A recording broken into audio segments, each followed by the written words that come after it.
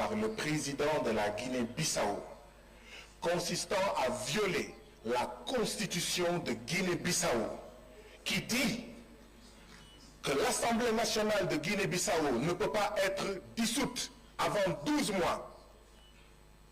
Le président de Guinée-Bissau a dissous l'Assemblée nationale de Guinée-Bissau après 6 mois.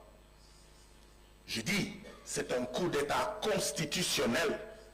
C'est un coup d'État parlementaire qu'a commis le président Embalo. Et je ne traite pas Embalo de délinquant.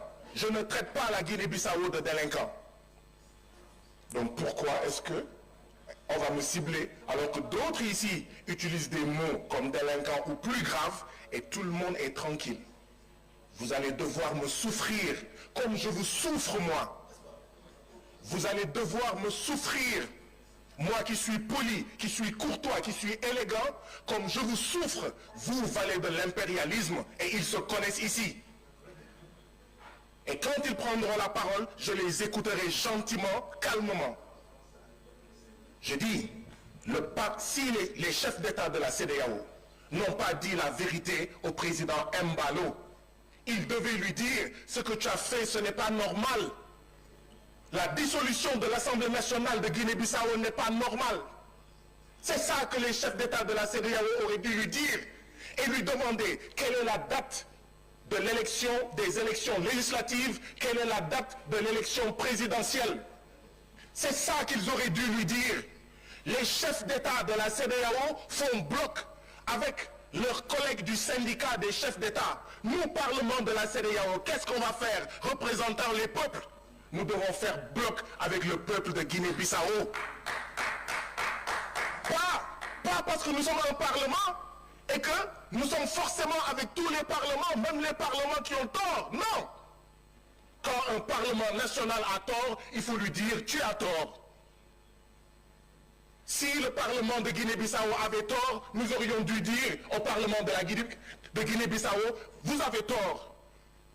Mais les droits du peuple guinéen, bissau-guinéen, sont violés à travers la dissolution du parlement de la Guinée-Bissau. En général, qu'est-ce qui se passe? C'est ceux qui font des coups d'État militaires qui dissolvent le Parlement. Il y a eu une tentative, dit-on, de coup d'État militaire en Guinée-Bissau. Donc ça n'a pas réussi. Et Embalo dissout immédiatement le Parlement. La question à se poser est celle-ci.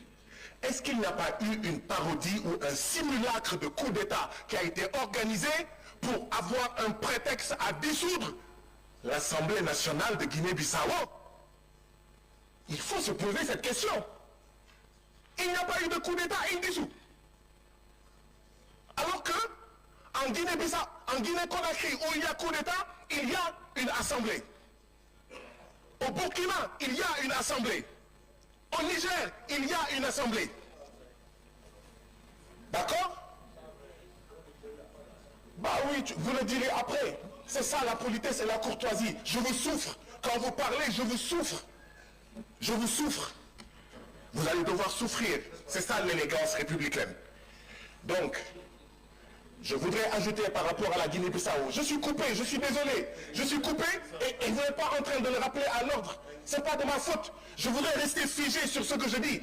Mais je comprends cette tactique, mais ça ne sert à rien. Nino Vieira a été assassiné en Guinée-Bissau, ancien président de Guinée-Bissau. La Cour de justice de Guinée-Bissau a été saisie. L'État de Guinée a refusé. Des Guinéens sont allés à la Cour de justice de la CEDEAO. La Cour de justice de la CEDEAO a dit